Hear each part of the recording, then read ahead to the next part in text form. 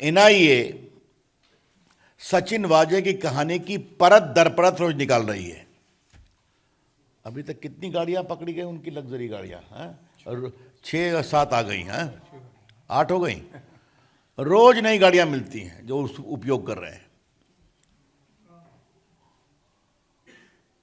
NIA ने गोताखोरों को मीठी नदी में कुदवाया तो कितनी चीजें निकल गई।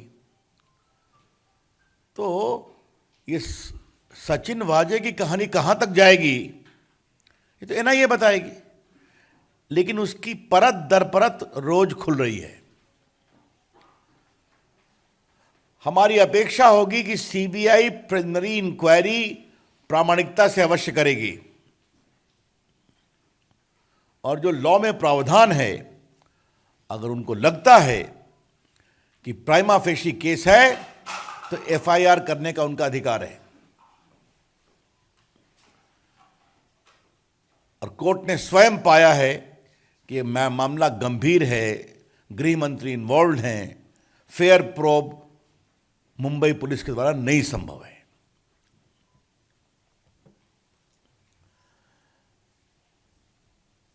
प्रमुख राजनीतिक दल के रूप में बीजेपी की, चाहे वो महाराष्ट्र हो या राष्ट्रीय स्तर पर हो, यह अपेक्षा अवश्य होगी कि इस मामले की सारी परतें खोली जाएंगी।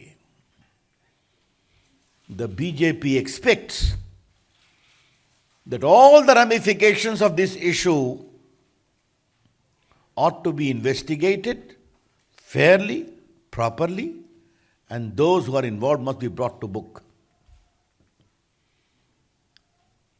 ये अनिल देशमुख से ने जो उगाही की मांग की, तो वो सिर्फ अपने लिए कर रहे थे या अपनी पार्टी के लिए कर रहे थे या पूरी सरकार के लिए कर रहे थे?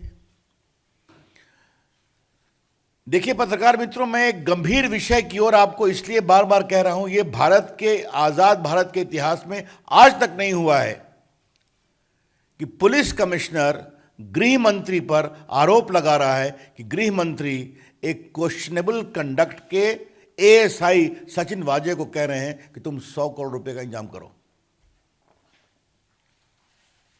और जिस तरह से आप लोगों ने एनआईए की रिपोर्ट बताई है, होटल में रहना, एक ज्वेलरी कंपनी का 30 लाख का एडवांस भुगतान करना वाजे के ठहरने के लिए, वहां एक महिला का मिलना, नोटिंग मशीन, नोट की काउंटिंग मशीन का जाना, तो ये तो परतें खुल रही है ना।